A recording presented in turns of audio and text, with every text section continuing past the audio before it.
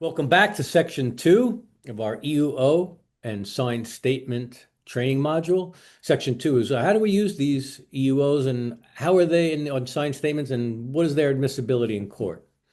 So we want to work through basically understanding what we do with these, building defenses, denials, supporting fraud defenses, evidentiary basis for summary judgment motions, and avoiding dismissal for improper forms or lateness.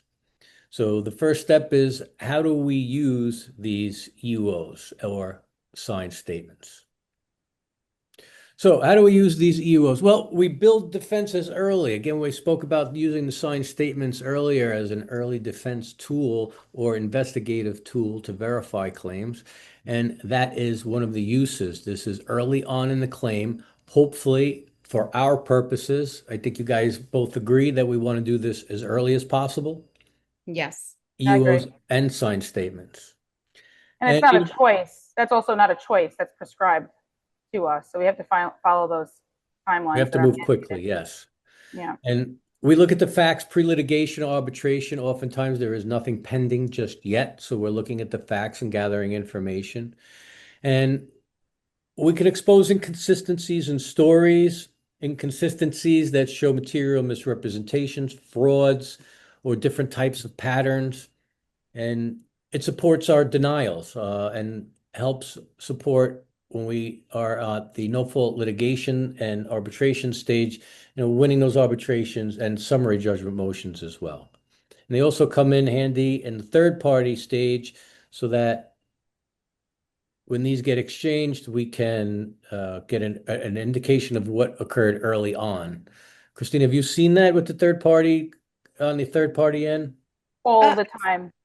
Yeah, EUOs. absolutely. And in fact, we just recently did one. It was a signed statement, not an EUO, and it was a trip and fall. And I actually love when they're done in the beginning because not only does it verify the claim, but it highlights all the specific facts that we should know when preparing the claim from the very beginning. So, and of course, there was nothing that was fraudulent or suspect in that situation.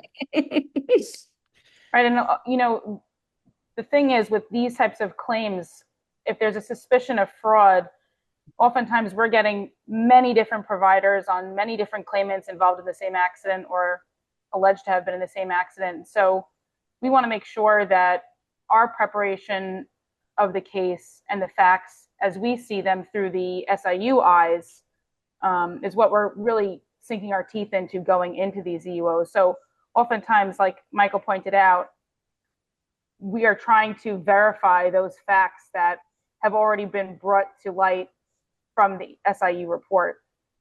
Yeah, and it gives us great leverage on the defense end for improper claims because it allows us to ask pointed open questions. And we often lead questions and use different techniques during these EUOs before discovery or litigation has begun. And yes, these are non-adversarial communications, but it really gives us a good idea of what happened in that accident. And on right, some and I think that yeah.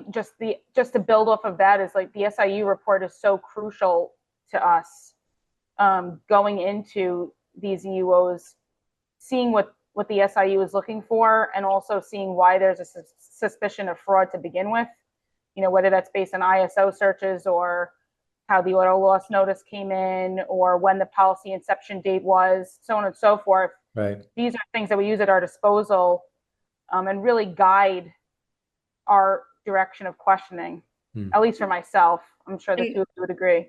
And the reason why we initiate these EUOs or signed statements because of whatever reasonable suspicion of fraud that they have, it helps us with respect to just gathering all the facts and confirming them. And then later on may show that, they're billing for supplies that they attested were never received. And we're able to gauge details about their medical treatment that might not have been fraudulent or suspicious then, but because it's part of litigation, well, it's part of the claim, we can now question it and things might come into light because if we have a reasonable suspicion of fraud or misrep, then it's likely that that's not the only thing that they might be lying about, right? They could be lying about their treatment or injuries. And Right. we do a lot of summary judgment motions based upon the denials that get generated from these signed statements and EUOs. They on the no fault litigation and arbitration, and they can be an effective way to defend these claims. But again, they need to be done right. Hmm. Right. And with those, we want to make sure that they're very specific, both the denials and also our line of questioning. Right. It's important to realize that denying a claim on the basis of fraud is a very high burden for an insurance carrier. And so we want to make sure that those transcripts are ironclad in terms of how our line of questioning goes from start to finish. Sometimes a judge will not look favorably upon a question that was a dead end and we didn't explore other options, or we asked them if they got a certain type of testing and we didn't explain it to them. So we're pretty diligent about going through a whole line of questioning on any particular issue, just to make sure that the claimant understands what we're asking. Yeah, that moves us into our next section, the best practices for questioning. This, in and of itself, I know we can, this is an entire section alone that we can go into on how we actually conduct these, the EUO we're talking about now. And this also applies to signed statements. Um, we can ask open-ended questions. You have to be very specific. Sometimes we can lead the witness, like if we know that they on their driver's license that said 123 Apple Street, we can ask them, is it correct that your address is 123 Apple Street? And they will answer yes or no.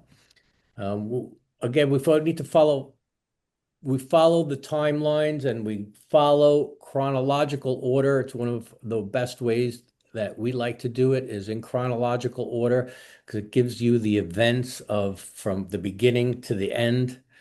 We can speak about pre-existing conditions, physical conditions, prior accidents, and relationships. So go into detail on relationships with the people they had in the car, the relationships with their treating providers, any witnesses that were there, and of course, other details. Again, this is a very brief overview, but we do ask who signed the assignment of benefits, who signed the no fault application, things of this nature. Christine, you had one where they didn't even know they never signed the no fault application. Somebody was signing it for We them. had one, yeah, we had one recently, and so Yeah, we received it from the attorney's office, and professionally speaking, we don't really want to go after an attorney unless we need to, but it was just uncanny how all of the claimants had no idea what these forms or documents were. They had never seen them before. They had not recalled signing the documents. One even said that it wasn't their signature. So these are definitely tools that we use. We pull them up as exhibits. We have them look at them and identify their signature. And oftentimes we're comparing what was listed as injured body parts on the NF2 to what is being now testified to at the time of the EUO. We compare that side by side. And sometimes they don't yeah. line up. So those, again, are red flags for us. And I know we go into sometimes even like their daily routine to see what they did that way. I know Christina Corolla, that's one of the things you like to do in detail is kind of, wake them up in the morning and take them through their day. Who were you with? Who did you speak to? Were you in the car first? Did you pick that person up afterward? Yep, they get frustrated, but we want that whole layout. Because it makes a difference because if it was a staged event, a lot of those details are blurry for them.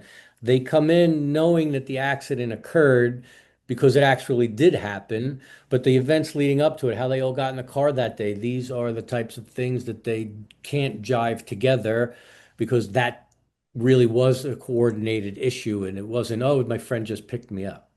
And that's another beauty about EUOs and signed statements. They're done so early in the stages of the claim that, saying, I don't remember, it was so long ago, is not a valid response. You have to remember what you did 3 weeks ago or a month ago. One of the Especially, things, yeah, yeah, especially go when ahead. something critical like that happens, right, in your life. And it's just human nature, a life event, then you automatically tend to remember what was going on. Yeah. But, also just really quickly is sometimes we see, I think we're just well seasoned enough to see when the scale tips the other way. And it's almost like we can identify when they were surely coached. Like Right. if they're Right. too detailed on taking us through their day, we know what to look for in that way as well. Sometimes it's things that nobody would ever remember, right? And they all are having the same exact answer. That's a great point. Yeah. And treatment details, when we have a witness and we want to ask them What is an EMG, for example? Did you have an EMG or an NCV? They might say no. But if an arbitrator or a judge looks at that, or a plaintiff's attorney, because we know that they're good at what they do, these plaintiff's attorneys, if they see that, they're going to say, well, how did the person even know? I don't, who knows what an NCV means? Maybe they didn't understand the question, and that sometimes can be enough. So what we do when we conduct the EUOs and for the signed statements, it should be a little more detail. Do you know what that test is? Could you explain that test to me? How did that happen? If they say they didn't get it, you give them a little bit more detail on what the test actually was. And you can Google it or however you want to get the information. Just kind of explain it to them just to make sure that they're clear that this was something that never happened. That's Yeah, I can important. see through that. Sorry, Christina, go ahead. No, that's important. I've seen judges deny defenses for that reason alone, is that they just felt that it wasn't the line of questioning stopped in a place where it shouldn't have stopped. Right. So we're Exactly. particular about that. Exactly. Even a medical supply that kind of doesn't illustrate what the actual supply is from the name, And I have a description of each one. I actually describe them and ask, well, now that I've said that, are you familiar with having received Right. that? I always end, and this is a great tip, I always end with, is there anything that you've had received or that you had gone for treatment that we have not discussed here today? I always Right. do that They too. say no, I mean, that's a good blanket right there, because if Mhm. we miss something, they should, in their mind, they should be like, we never talked about this. I need to Right. address Yeah. this. So a best practice for us when we're doing signed statements and UOs is spend the extra couple of minutes and explain to them what these things are, especially when they say no. Because if they say no and we get bills for it, then that becomes an issue. So go into a little bit more detail. Let's keep an eye on that and make sure we follow up on those follow-up questions so that make sure that they understand. All right. That leads us to our next section, making EUOs and statements admissible. That, at the end of the day, this is the key to it all. Might be the most important thing. Yeah, being able to actually use all of this great information and hard work that we went through, because quite frankly, it is. This is, some people, you talk to people who don't understand it or aren't in our industry, they just don't get how actually complex this is and detailed and specific. And you need to be not only in compliance with the regulations and the verification timeframes, but also now you have to be in compliance with the rules of evidence in court. So how do we use these and how do we make them stick? Let's talk about EUO transcripts. So let's assume someone showed up for an EUO. We have to take that transcript. We take the transcript, we get a certified copy from the court reporter, and they put a little stamp on it. We take that EUO transcript, we send it to the claimant or their attorney if they're represented, and say, hey, here's your transcript, take a review. There's an errata sheet, make any changes that you need to make, and please send that back to us. If you don't send it back in 60 days, it's going to be deemed as if you reviewed it and signed it. So that's a requirement that has to be met for us to be able to use that EUO transcript in court. If it's certified and the claimant signed it, that's the best way, and that becomes admissible as admissible proof. Oftentimes they don't sign it, right? And so You were talking to in 60 that days. instance, Go ahead. right. Explain And that. so in that instance, what we also like to do is we like to annex an affidavit to our motions just to cover our bases and make sure that the judge and the court is aware that we did sign this, and send this out to the claimant and or the attorney. We want proof of that as well. I think that that's an Right. important component. So in our summary judgment motion, if we don't get a sign back, or basically it would be the transcript being part of the motion, an affidavit from the person in our office who sent the transcript out to be signed, saying, hey, we sent it out to be signed. It never came back. It's deemed signed. So that gets the unsigned transcript admissible. on no-show And state, go ahead. digital world. Oh, sorry, Mike. In this new digital world, we could even throw in a email confirmation because a lot of them are PDF filed and we send it that way. Yeah, that's Um, adequate. That's adequate. mhm. Definitely. Um, On the EUO no-shows, it's the same, except nobody's signing it. We're not sending it to anybody to sign. It's the appearing attorney who puts the statement on the record. And in our office, our best practice is whoever the attorney is that appeared on the EUO and put the no-show statement on the record, that's the same person who generally drafts the motion so that they're able to say, I appeared and they didn't show up because we actually did have a contentious disagreement with the plaintiff's attorney and a judge regarding the issue that, let's say, I drafted the motion, Christina O'Shea appeared, put the statement on the record, certified by the court reporter, and they were trying to tell us that that's still not proof that the person didn't show up or that we were there.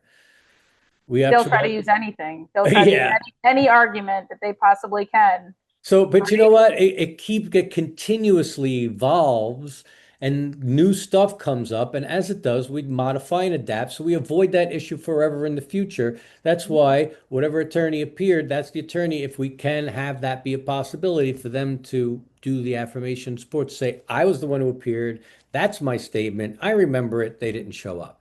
We Now that's actually take it a step ironclad. further, right? Sometimes we'll look at the motion and we'll look at what who drafted it and who appeared, and then we almost make sure with our calendar that that attorney is the one that's appearing before the judge as Right, well, right. right? So like we don't want to lose it, we Right. want to give them any kind of chance here. Yeah. We do the same thing with scheduling letters. So I for EUOs, it's my pet peeve and hobby to draft the EUO scheduling letters and to do the mailing myself so that there's never an issue giving it to a mailroom employee and then who actually, because they will, if you say you gave it to the mailroom brought it to the post office, they'll pick that apart.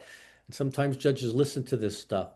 So what do? I take them myself, and on my way home from the office or wherever I am, I drop them in a mailbox myself so that I can attest that I mailed them with my affidavit of service. We found that to be an effective way. Every firm does it their own style, and I'm sure they have their systems down. That's just something that I'd like to do just so I can do the affidavit myself and nobody's going to question me on that. It's very important, especially these cases are in civil court and these judges are on rotation. They're looking to go to Supreme Court. So they're there for a few years and then they're gone. And then we have to teach a new judge what the rules are in no fault. So Mhm.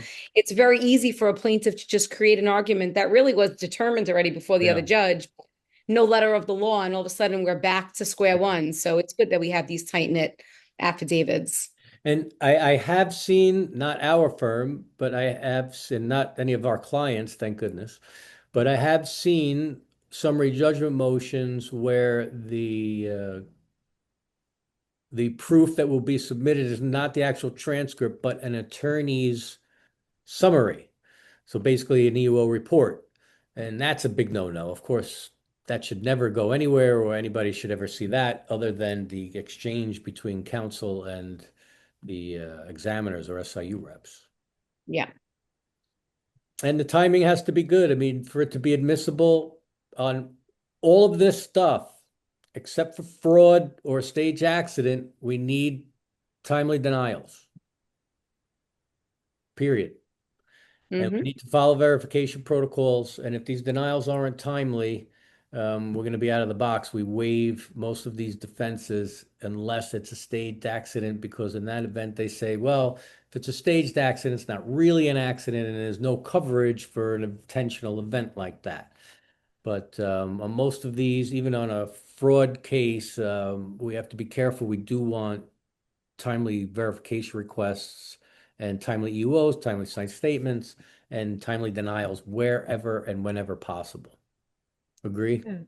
Oh, Absolutely. absolutely. Mm. And that's, I think, um, probably the most common argument that I tend to see from opposition is the timeliness of our denials, especially when we're delaying a claim for an EUO.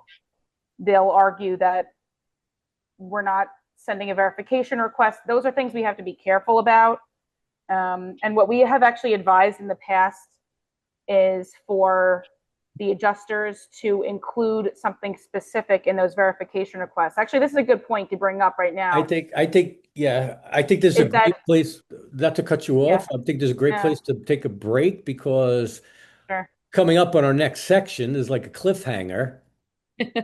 It's To be continued. verification requests. So hold on, don't go away. We'll be right back.